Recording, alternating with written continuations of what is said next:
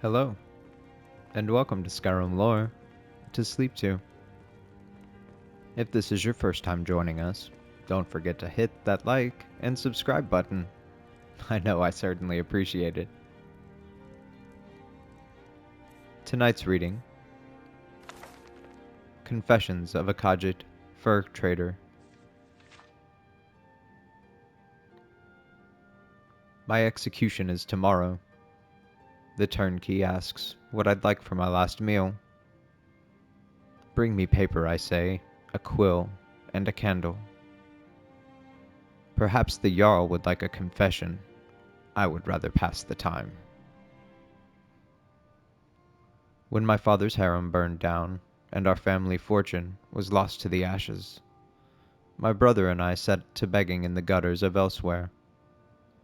I'll never forget the first time we stole a traveler's purse.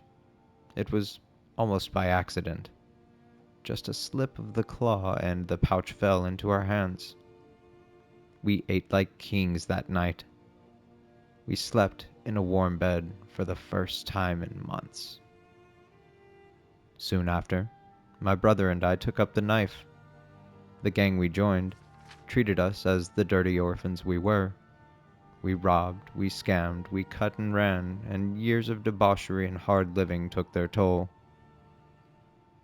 I lost half my left ear in a knife fight with a blind drunk Argonian. I wanted to give up, but my brother, he dreamed bigger, better. My brother wanted to make it to Cyrodiil and become legit merchants. We had a plan. One final heist of a northbound caravan said to be filled with jewels. Something went wrong.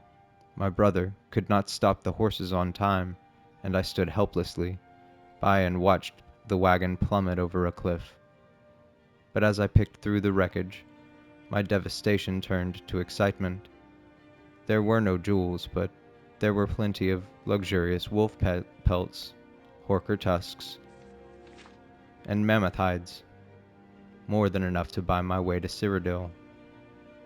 I'd follow in the footsteps of so many of my kind, a traveling merchant, someone with a respectable profession. I had all the furs bundled in my pack when I saw my brother's broken body. His ears were still warm, and I shut his eyes for the last time.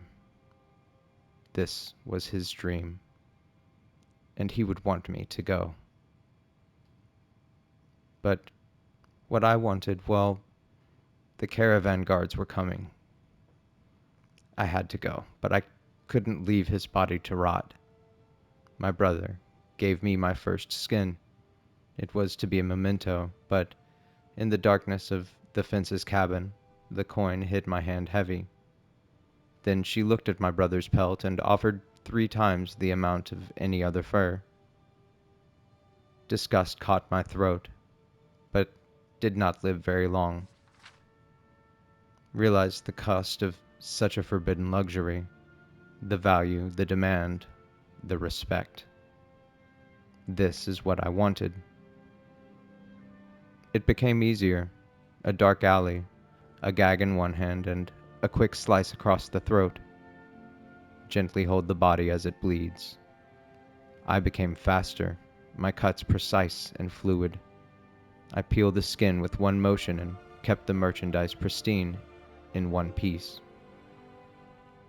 I became rich, far richer than anyone in my family had ever been. Yet, I was careful. My stronghold was well hidden and practically impenetrable. I hired the men that used to employ me. We moved frequently on less traveled roads when we hunted in the wild. We stalked the back alleys we used to sleep in when we hunted in the city. I grew so rich that I no longer needed to dirty my own hands. Patchwork-colored furs fetched the best price among the Bosmer. Argonians preferred the pelts completely skinned and tanned.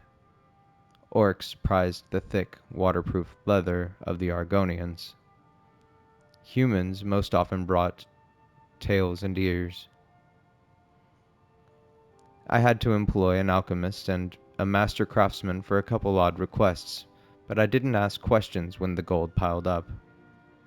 And now I'm a prisoner. Maybe I became careless. Maybe I let too many secrets slip between the sheets. The raid of my fortress was a massacre. They took me alive, barely. That was their mistake. My enemies should have killed me when they had the chance. I have one lockpick, and the northern wall of my cell is weak from disrepair. My head shall not roll tomorrow. I am not finished with the trade. There will always be buyers. Someday, I will sell my own skin for a king's ransom, as my name is legend, and yours shall rot in the gutters with your bones. The Fur Trader.